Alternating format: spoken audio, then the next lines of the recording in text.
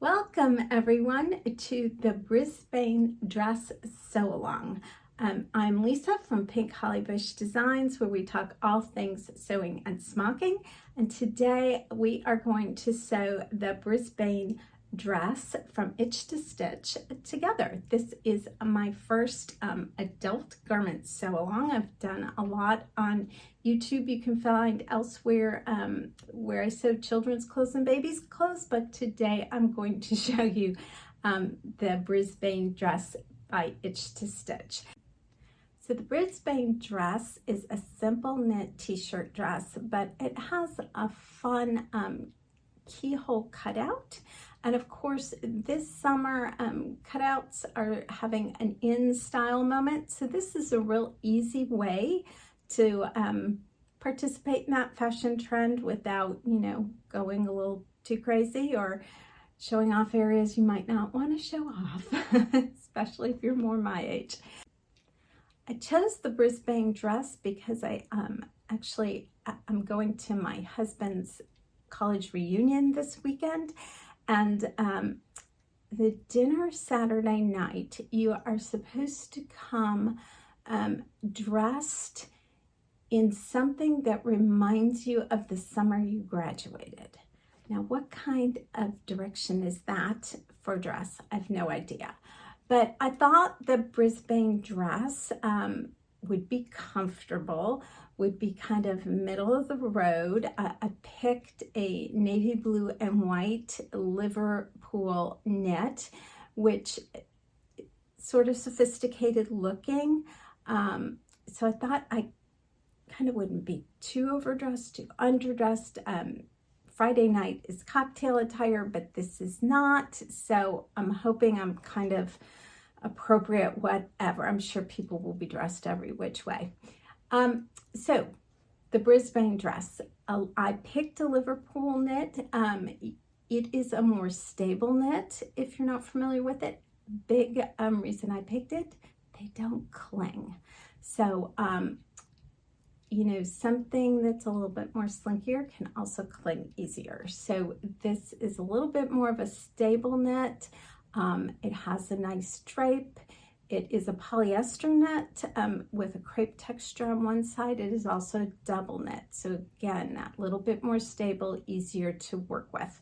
I'm using power mesh for the lining because it is very thin and adds no bulk.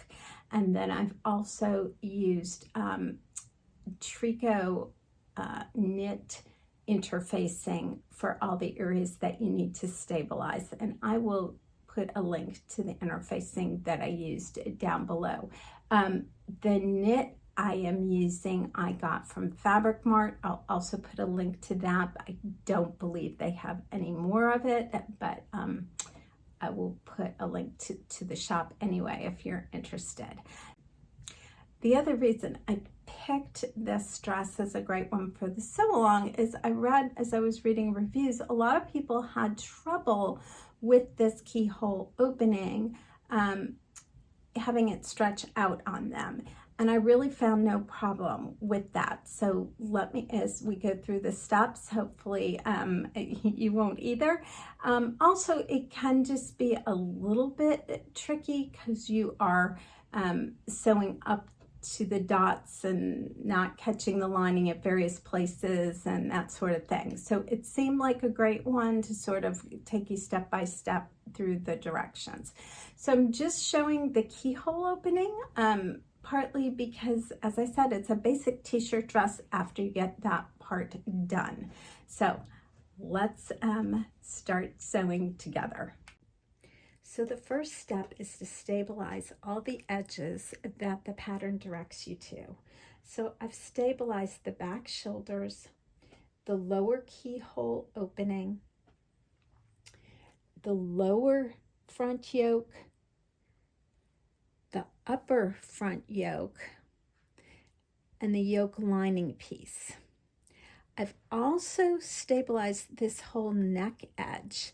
Now, the pattern doesn't direct you to do this, but it does show it in the picture that you should do it. And I believe in erring on the side of stabilizing. So I have also stabilized this. And I've also stabilized my lining. I'm using power mesh as the lining, and so I've stabilized this middle part here. Now notice on this, I did not use 2 strips, but I actually cut the shape to fit so that this V where I'm going to have to cut is very stable. Also, to put the strip around here, the way I did that was it was a straight strip, and I just used my iron, just putting it with the tip right at the edge and then just working my way around. And because this is a knit interfacing, it bends to the curve. Once I had it sort of touch stabilized, then I went in and fused the whole thing firmly down. Now the other thing I've done is my interfacing strips, I made 3/4 of an inch wide. And the reason I did that was that the seam allowance is 3/8 or 1 centimeter.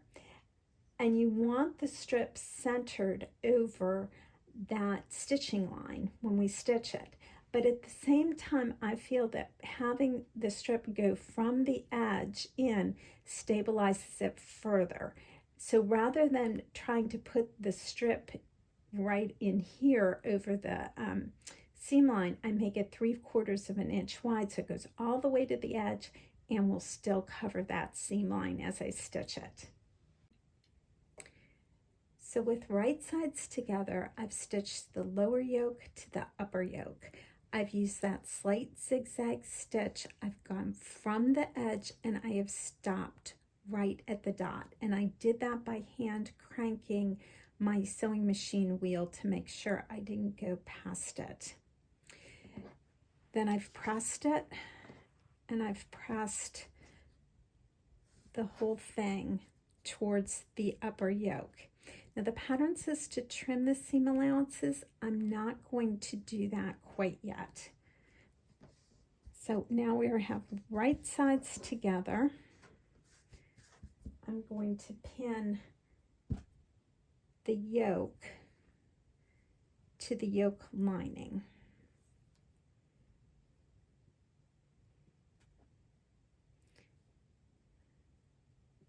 And I'm going to stitch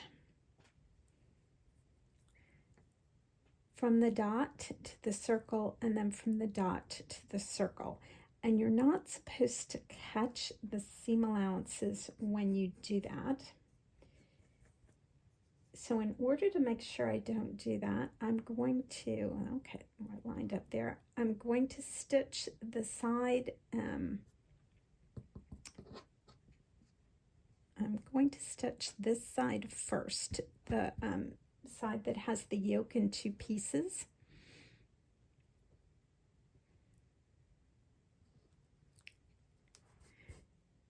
And I hope you can see, but I actually can see my dot through to the front, so I can match those dots up exactly.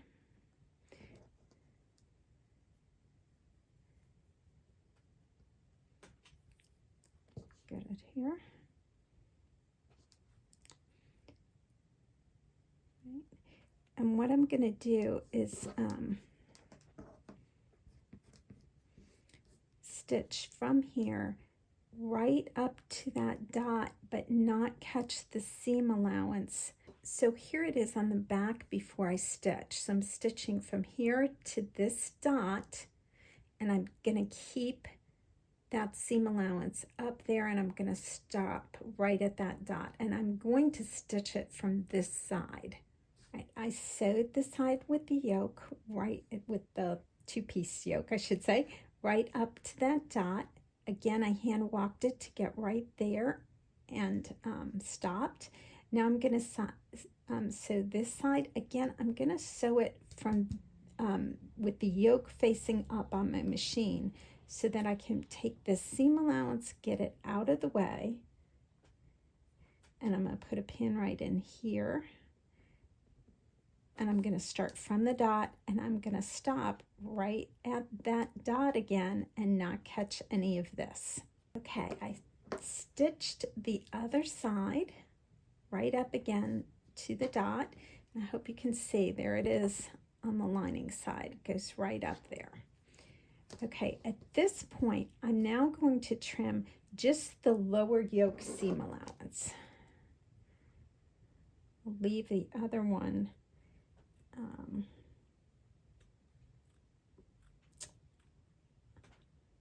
intact.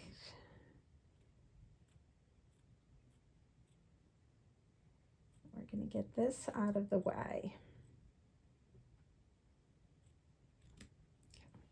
There. Now, I'm also going to get this little tail of the lower yoke. We're going to get him out of the way there. Okay. Now, you're to clip right up to the V, but not through it. Right up in there.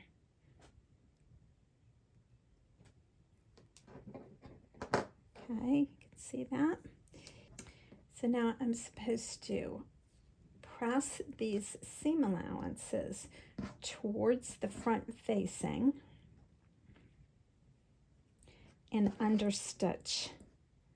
So I'm going to press these to the front facing and then understitch to that facing. So I understitched right along here, stitching the seam allowance to the facing. Then I went in right at the dot and I trimmed the seam allowance. Now, I did not go all the way to the dot. I stopped a little bit before, and that's again so I can trim off some of this and keep this spot at the V so it's not so bulky. And now the other thing I'm going to do is go in and trim this additional seam of the lower yoke to the upper yoke. Now I've pinned the right side of the lining to the right side of the neckline, and I'm going to sew my neck opening. So I've stitched my neckline. I still have right sides together, but now I'm supposed to understitch this the seam allowance to the lining. And so to do that, I'm going to just pull it like this. You're to start 1/2 inch from the edge and go as far towards the center as you can, and then do that from the other side. So I'm going to stitch with this side up, like the yoke side up, or the fabric side up, and I'm going to be slightly pulling the lining out of the way and stitching the seam allowance to the lining. So I've understitched, here's my understitching, and then I've turned right sides out, and I want to try and trim the seam allowance a little bit. It would have been easier to trim it before I turned it right side out, but I really couldn't safely do it and not catch the lining. So by doing it this way, I can just slip my scissors between the two, and I'll go as far as I can from both sides, and then we'll go give the whole thing a good press, and I'll show you what it looks like. So here's my finished neckline. I got a really nice finish there, and you can also see I've got a nice sharp point right there where that comes together. Here it is on the back.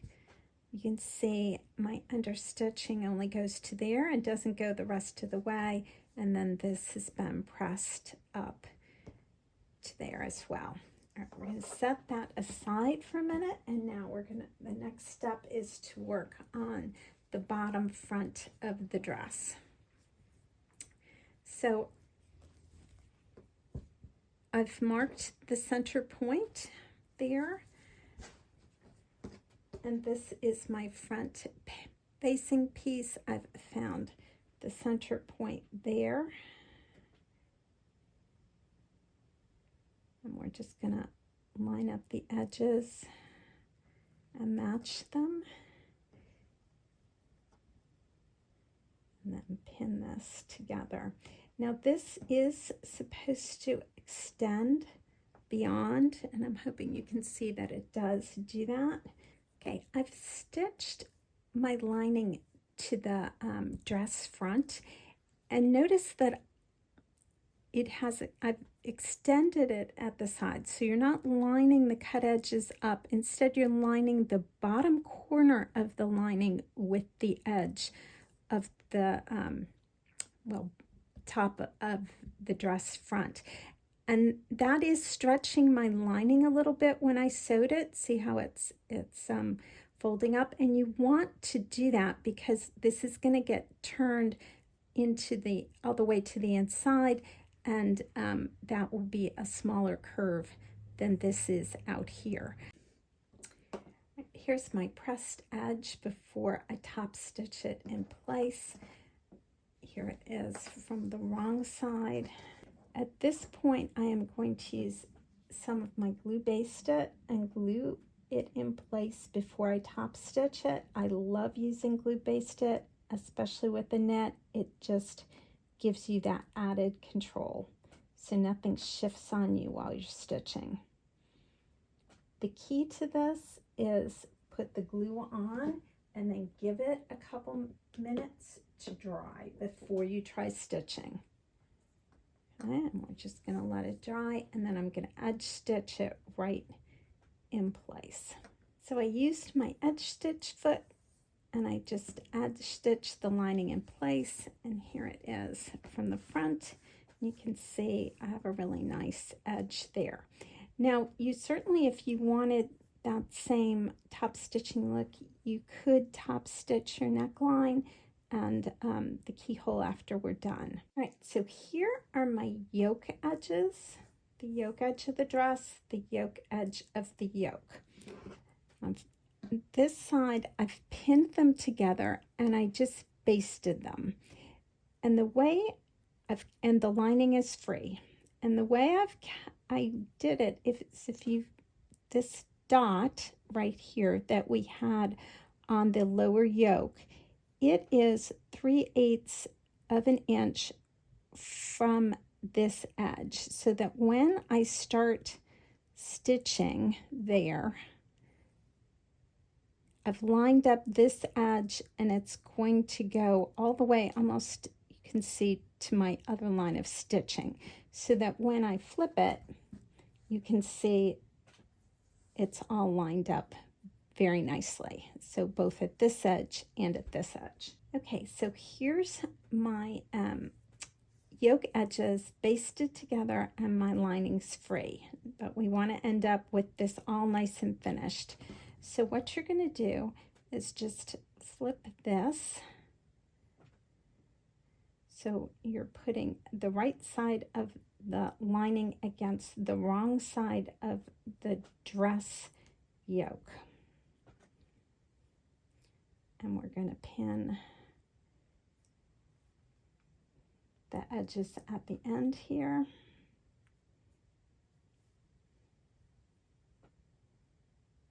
Put one in the middle.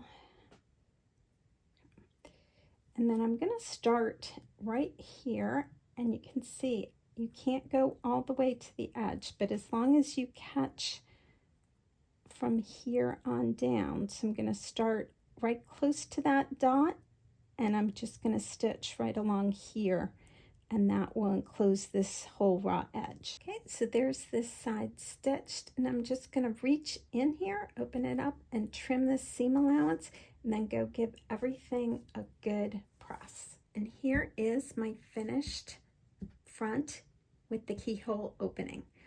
From this point on, the dress is really simple to construct. It's just a basic t-shirt dress. You're going to do your shoulders and your side seams and hem everything, and you'll be good to go.